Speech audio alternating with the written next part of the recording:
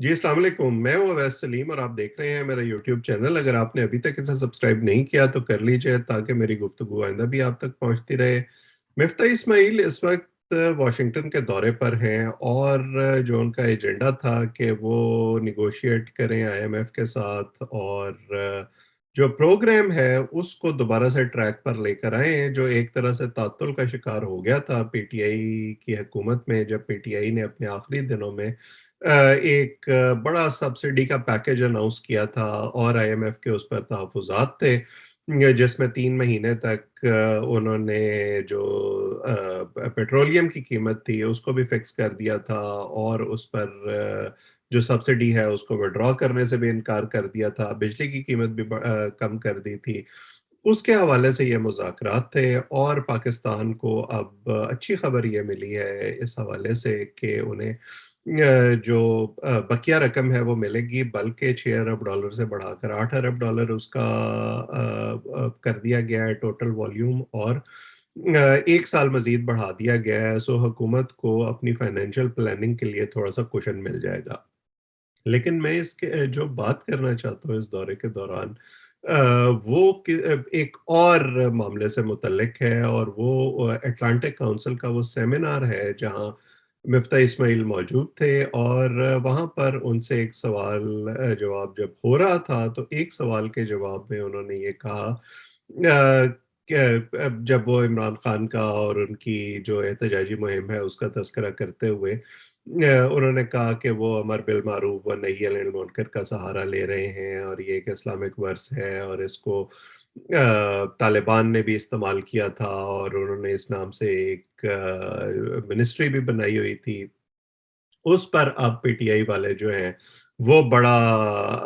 उस पर गम-ओ-गुस्से का शिकार हैं कि जी वो इस्लामोफ़ोबिया फैला रहे हैं जो मिफ्ता इस्माइल हैं और वो वेस्ट को खुश करने की कोशिश कर रहे हैं और अमेरिका में उन्होंने इस्लाम को बदनाम कर दिया है। बल्कि बहुत सारे जो पीटीआई के सोशल मीडिया वॉरियर्स हैं, जिनकी बड़ी तारीफ़ करते हैं इमरान खान साहब, वो तो इस हद तक आगे बढ़ गए हैं कि वो बाकायदा कैम्पेनिंग कर रहे हैं कि मिफ्ता इस्माइल साहब शायद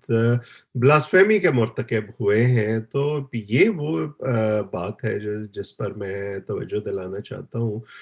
कि पिछले साल जब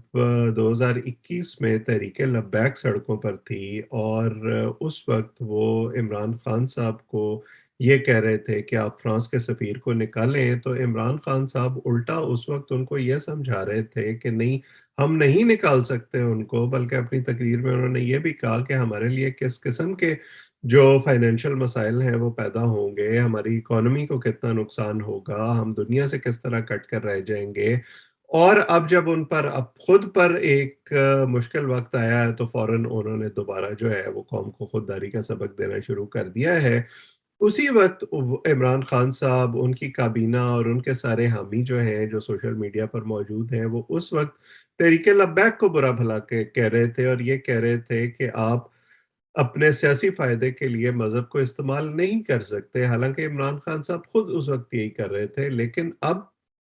वो बड़ी ढिठाई से और बगैर कुछ सोचे-समझे मिफ्ता इस्माइल पर दोबारा ब्लास्फेमी के फतवे लगाना शुरू हो गए हैं, मज़हब को इस्तेमाल करना शुरू हो गए हैं इन मकासद के लिए। तो ये मेरा ख़्याल है कि एक बड़ा डेंजरस ट्रेंड है। ये ठीक है कि इमरान खान साहब इस वक़्त मुश्किल में हैं और उन्हें लगता है कि अब कौम को जज़्बाती तौर पर अपने साथ जोड़े रखने के लिए और एक्सप्लॉइट करने के लिए बीच में उन्हें नेशनलिज़्म का तड़का भी लगाना चाहिए, मज़हब का भी लगाना चाहिए, हीरो वर्शिप तो ऑलरेडी उनकी है, लेकिन इससे वो लोगों को किस तरफ धकेल रहे हैं और अपने मुखालिफिन को क्या वो पैगाम दे रहे हैं कि वो भी अपने सियासी मफादात के लिए हर हद तक चले जाएँ। मेरा ख़्याल है कि अगर आप एक नेशनल लीडर होने के दावेदार हैं, एक स्टेट्समैन होने के दावेदार हैं, तो आपको इन तमाम चीज़ों पर सोचना चाहिए और अपने हिमायतियों को रोकना चाहिए। वरना ये आग जिस हद तक ऑलरेडी भड़क चुकी है हमारे मुल्क में, अगर इससे आगे जाएगी, तो इससे फिर किसी का घर भी महफूज़ नहीं रहेगा। मुझे बस यही तवज्जो आज दिलानी थी। बाकी बातें आपसे फिर होंगी। आप इस चैनल को सब्सक्राइब भी कर लें ताकि गुफ्तगू आइंदा भी आपसे होती रहे। आप सबका बहुत-बहुत शुक्रिया।